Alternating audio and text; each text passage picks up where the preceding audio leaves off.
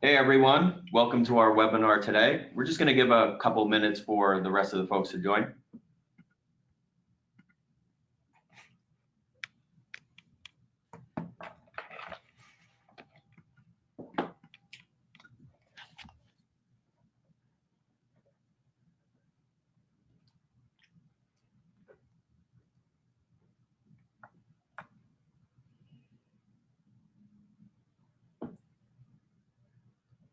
Hey guys, also just a quick sound check, making sure everyone can hear us okay.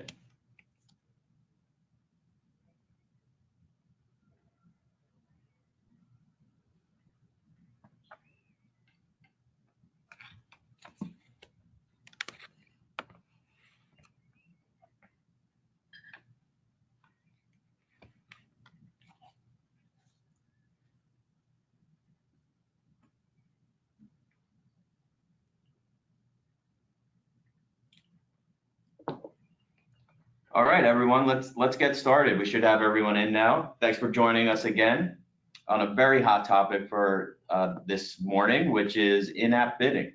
I'm Adam Bapoli. I lead the Americas Supply team here in San Francisco for Chartboost, and our team is responsible for helping our publishers drive more ad revenue, as well as bringing on new developers to the platform.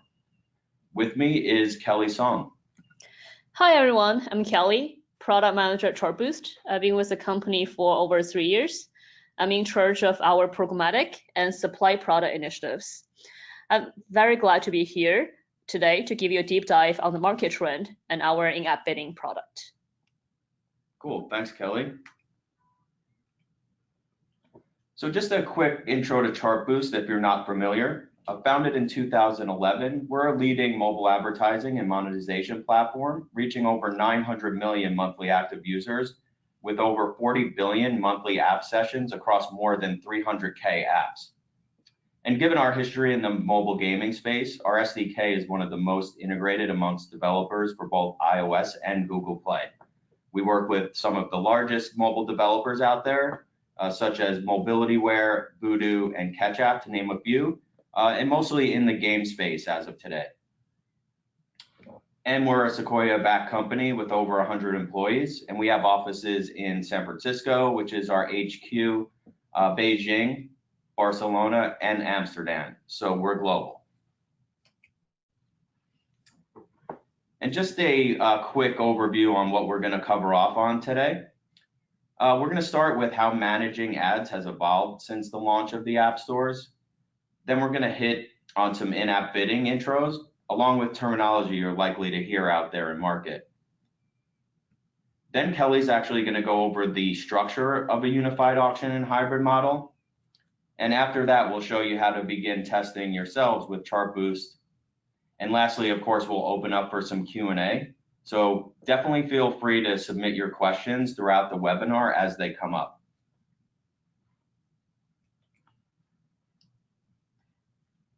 Okay, the ad monetization evolution. So we've definitely come a long way since the launch of the App Store in the summer of 2008. With the surge of free-to-play games came ads, of course.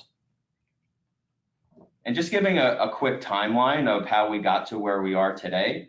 Basically, in the beginning, with only a handful of mobile ad networks available, Chartboost being one of them, developers would just directly integrate SDKs and basically set up a simple daisy chain or waterfall methodology in-house. So each ad network would be placed in an order based on how the publisher believed the ad network can perform and according to historical eCPMs. Then you move down the line, and with the growing number of ad network SDKs the developer needed to integrate, mediation came to the forefront, basically wrapping these network SDKs into one mediation SDK in order to more efficiently prioritize ad partners. And then things got a little bit more complex because of the drawbacks of mediation waterfall, where an ad network request is sent to each network in sequential order. So multiple line items were developed as a feature to increase fill rate. In this setup, the publisher creates multiple positions for each network in a waterfall, typically a high, mid, low. So when an ad request gets sent out, all networks in the high positions, for example, get a chance to bid before continuing down the waterfall. Whereas prior, if an ad network was at the bottom, they would only get access to whatever impressions were left. So while multiple line items are here to improve fill rate and performance, the drawbacks of the waterfall are hard to ignore.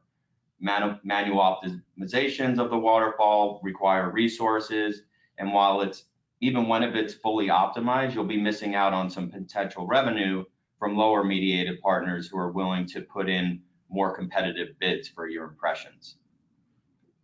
So now here we are today because of these inefficiencies. The new era of monetization tech is referred to in-app bidding or unified auctions, and that's really has emerged in the market over the last year. This new technology is no longer based on waterfall logic, but lets demand partners bid in parallel where the highest bid wins.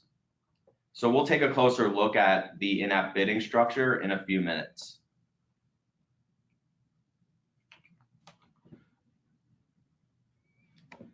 Last year around this time, we surveyed over 100 publishers about their monetization strategy, and we recently just launched a follow-up survey last month to see how that trend has changed. We're currently still collecting answers, but wanted to share the initial insight into what stack publishers are using these days.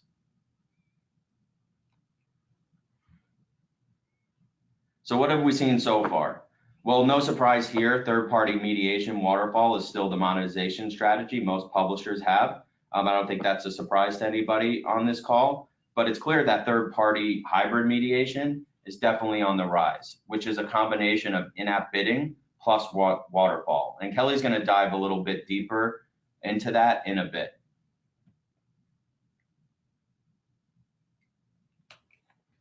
And regarding adoption of in-app bidding, publishers are definitely warming up to the opportunity, with almost 40% already tested and the vast remainder planning to within 6 months. And again, we're still collecting responses for the survey and hope you'd be willing to participate. So we'll have a link for that at the end.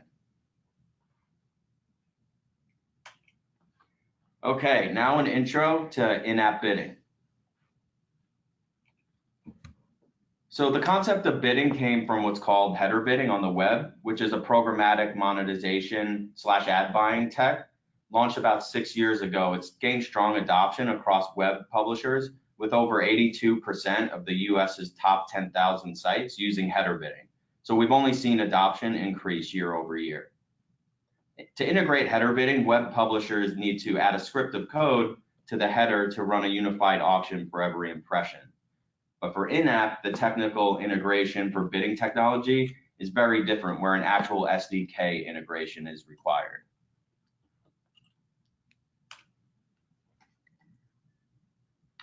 As briefly mentioned before, there are definitely some drawbacks with the waterfall. First is missed revenue opportunities, because not all the demand partners get to bid for every impression. Bids are based on historical and predicted eCPMs and not real-time value of what demand partners are willing to pay. Secondly, there is significant amount of overhead costs from people doing manual optimizations of the waterfall, updating ad network positions, and adjusting eCPM ranges. Not to mention all the time and effort that goes into negotiating specific deals with networks. And lastly, you have limited transparency or access to granular data to understand the true value of your inventory. In waterfall mediation, you're only really able to get aggregate level data.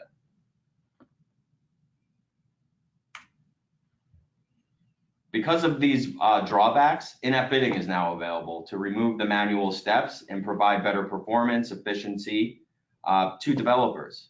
So with bidding, you can increase revenue and yield because the bids are real-time committed CPMs. This means that whatever the winning bid is your earnings. All the demand partners are able to fairly bid in parallel. So no bidder is favored and has, like, say, access to first look inventory or last look inventory. Everyone involved in the auction will get access to the ad request you pass and bid with the price they are willing to pay. It also helps you save on those ad ops resources by taking out manual work of the waterfall optimization. There's no need to adjust waterfall positions or eCPM ranges. Instead, the selling of your inventory and the ad buying is all programmatic, which means it's all automated. So every single impression will go through a unified auction and be sold to the highest bidder. A third key benefit of bidding is that you'll be provided with transparency and control, with visibility into auction and bid price data to better determine the market value of your inventory. So getting this more granular level data will allow you to complement your in-app purchase data as well to basically compare which segments of users generates more revenue. And this, of course, will help you calculate your LTV. So now I'm going to turn it over to Kelly just to provide some clear definitions on in-app bidding terminology out there, because we definitely can use that, especially with some of them blending together and maybe having meetings that may sound a little bit repetitive. So we'll make sure she clears that up in the next few slides. Thanks, Adam, for providing a lot of insights on the evolution of ad monetization, plus the origin of header bidding. Now, I'm going to do a deep dive on the common terminology related to in-app bidding. So let's get started. The first term is programmatic. So programmatic is automation of the manual ad buying process by using machine learning and algorithms. Before programmatic, you are probably very familiar with the traditional media buying. Either you pay flat CPM for a set amount of impressions, or for mobile performance advertisers, it's all about CPI and the total advertising budget. It doesn't really focus on profiling users, machine learning, or dynamic ads targeting. Since we talked about programmatic, we have to talk about RTB as well. RTB stands for real-time bidding, which is a programmatic process where the buying and selling of ad impressions happens instantly. The programmatic advertising space commonly uses the OpenRTB specs defined by IAB. It covers a standard set of information being passed in the whole chain of ad requests to auction results. So overall, with the increasing adoption of real-time bidding in the advertising space, header bidding becomes very natural on the inventory selling part. As Adam has mentioned before, header bidding originated from the web. It is a programmatic monetization solution that enables all demand partners to bid at the same time. Now comes to in-app bidding. It is the programmatic monetization solution for mobile apps specifically that enables all demand partners to bid at the same time. If you have heard of in-app bidding, you must have heard of unified auction as well. So unified auction, the term itself, is very straightforward. Just looking at the name itself, it refers to every single auction, bids are being placed in parallel and the highest bidder wins. Now, with the overview of these high-level terms in mind, let's drill down to some specific terms that happen during real-time bidding and auctions. The first one is bid price. Bid price is a CPM price each bidding demand partner places for a specific impression opportunity. Related to this term, there's another term called clearing price. Clearing price refers to the price that each impression opportunity was sold for in a specific auction. Next, let's talk about a very important part in the whole auction process, which is the specific auction type. Here, we're going to do a deep dive on first price auction. Of course, when we talk about first price auction, we have to explain second price auction in comparison as well. So in first price auction, the highest bid wins and that equals to the clearing price. It is also what the bidding demand partner is committed to pay. In comparison, in second price auction, the clearing price is just the second highest price plus 1 cent. Let's look at one example. Let's see 4 bidders bid CPM prices of $6.50, $10, $7.50, and $4. If it's first price auction, the clearing price is $10. Very straightforward. Whereas if it's second price auction, the clearing price would be $7.50 plus 1 cent. Second price auction has been long existed in the whole programmatic space but the whole industry is trending towards first price auction because first price auction provides more transparency for both advertisers and publishers. Plus, first price auction also give publishers more yield.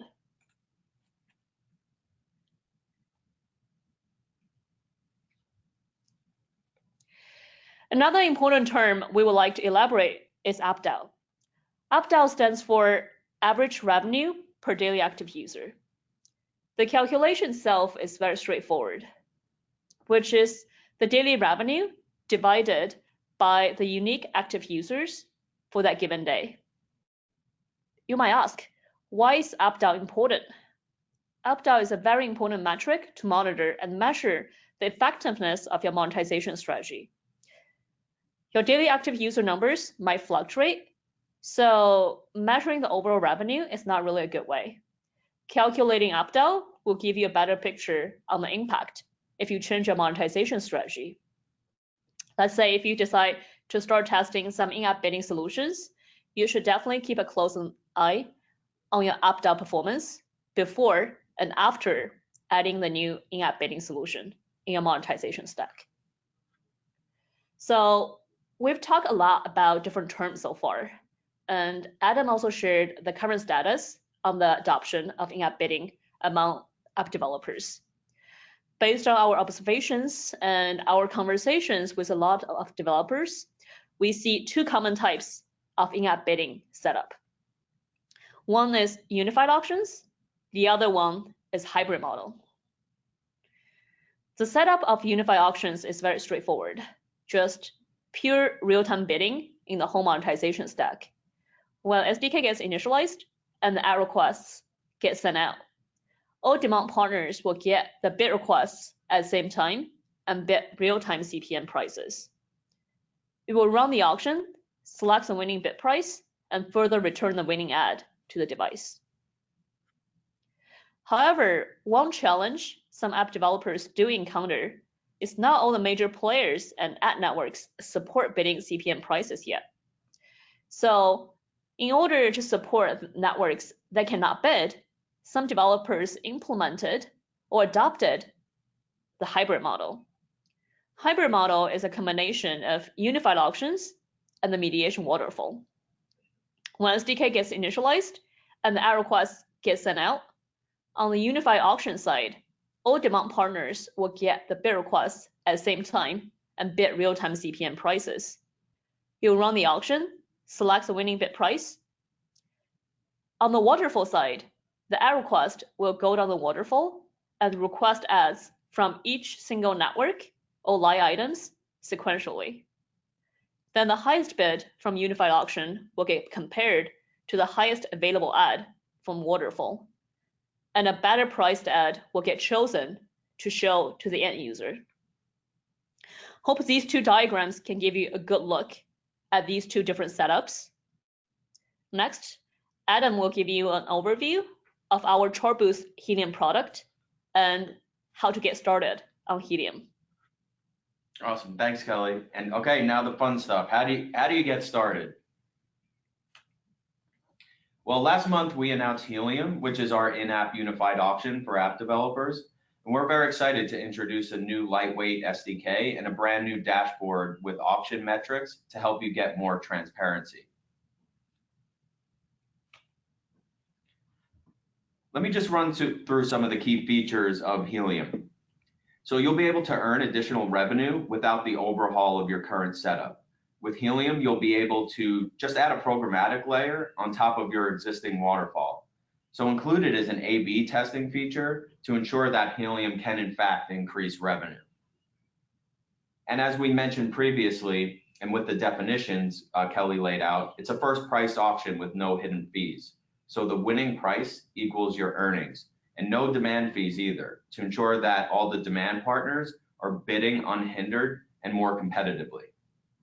So right now, we have a few demand partners taking advantage of Helium and that have real-time bidding capabilities, and that's Facebook Audience Network, AdColony, Tapjoy, and of course, Chartboost and our own bidder. And more partners are going to be announced within the next year. So we're excited for that, and keep an ear out for that. We also have an intuitive dashboard and analytics with revenue, ARPDAU, and bid price data, and controls to set eCPM floors globally for each country. So you can get started with Helium today by going to chartboost.com/helium to fill out a request form and gain access. And here's just a quick testimonial from one of our top partners, Dynamic Games. They're a social casino game developer which tested Helium on one of their top titles and saw such great results that they integrated the Helium tech into 16 of their remaining apps in their portfolio. And really the key takeaway here is the ease of integration and the 10% increase in ARPDAU. All right, well, now we're gonna open it up to some Q&A. I know we have some good ones, so let's fire away here. Okay. Kelly again. We'll wait for 30 seconds to a minute to see questions coming. Feel free to submit questions in the next 10 to 15 minutes. We'll look through all the questions you submit and we'll answer them one by one.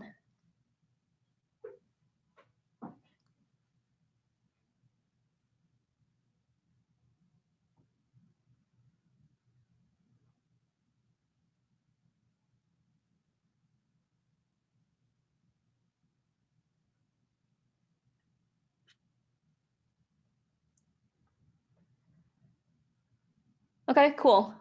So the first question I'm looking at here is someone asked, what kind of ad format does Helium support? So Helium currently supports interstitial and rewarded video. Both are full screen ads format, which give our publishers great yield. So we've been running those two ad format for a few quarters. Publishers give us great feedback, but we're also launching support for banner in Q1 2020. So you have great banner inventory that is coming up. After this question, let's take a look. Oh, someone asked, is Helium planning to add more demand partners? Adam mentioned right now on Helium platform, we work with Facebook, Tapjoy, AdColony, plus Chartboost Demand. From Chartboost side, we have both our direct advertisers, performance advertisers, and also 30 plus programmatic buyers, which give us great brand demand as well. Besides all this, of course, we're actively working on more demand partnerships as well. So for 2020, if we have any sealed new partnerships, we'll definitely share the news with you in the first time, very soon. Let's see. Okay, I can see someone cares about the latency. So the question is around how's the latency looking for in-app bidding versus traditional waterfall? So for in-app bidding, as what we explained, all demand partners receive our requests at the same time. So usually all the bidders have to make bids within a very short amount of time period as well. So the latency in general for in-app bidding is way better than traditional waterfall. Because if you look at waterfall setup, all demand partners, all line items are being requested sequentially, like one by one, which creates more latency. Okay, let's see what else.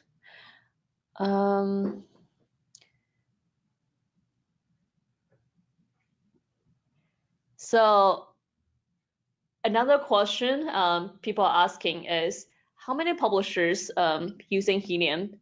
Of course, we officially announced our Helium product last month, but we've actually in closed beta for the past few quarters. So far, we have about 10 or so publishers using Helium. But of course, we also have a very long publisher pipeline who are planning to integrate Helium. So the current live apps on Helium are different game genres, including social casino, puzzle, and other types. You know, gaming is Chartboost bread and butter. But we also have a lot of non-gaming apps live on Helium. So no matter what app categories or game categories your apps are in, Helium is a very good choice for your in-app bidding solution. Also, regardless of your app DAU level, Chartboost will provide full support from our product and support team throughout your integration process. We'll make suggestions on the best setup based on your current monetization stack and provide the best support for you. Hey, Kelly, I'm not sure if I'm breaking webinar rules here, but am I allowed to ask a question? Yeah. Okay, so for our current developers, we mentioned dynamic games and ease of integration. What does that integration look like for people that are using the traditional, Chartboost SDK and monetization platform right now? Sure, of course. So Helium SDK is a brand new SDK. So we designed a very good setup. It's a lightweight SDK and very easy to integrate. And of course, if you want to integrate Helium as first step, reach out to Chartboost team. We have great account management team.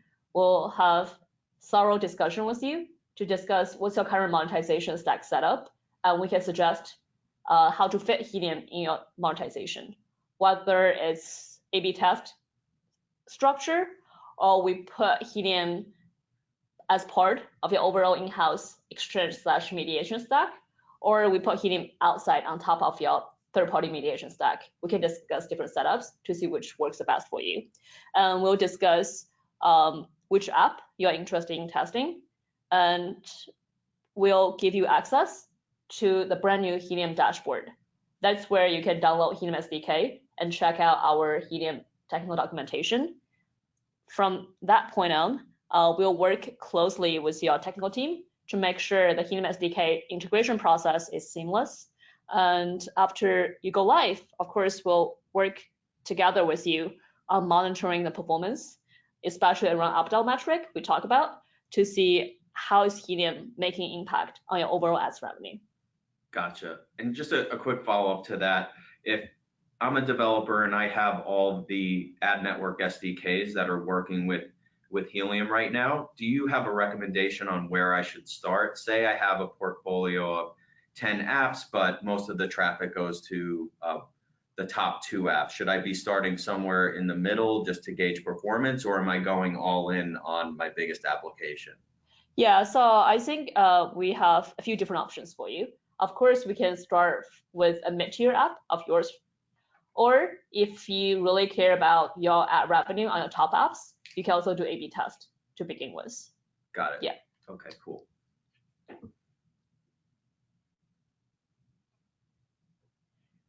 Okay, seems like we've addressed all the major questions our attendees have submitted. Now, let's go back to Adam. All right, well, all I have for you guys is a wrap up. So I appreciate everyone joining. I hope you learned something from this webinar, and we definitely plan to host some more in 2020. So stay tuned. You have our contact information right here if there's anything you'd like to follow up on related to in-app bidding or even testing Helium. And one last thing we want to call out is that we'd like to get your feedback by filling out the survey I mentioned earlier that we're running. And of course, there's incentive to do that. And who doesn't want the chance to win a $300 Amazon gift card during the holidays? So please help us out and let us know what you're doing in the space, and you can be in the running for that. Thanks again for your participation. On behalf of myself, Kelly, and Chartboost, we wish you a happy holiday. Take care.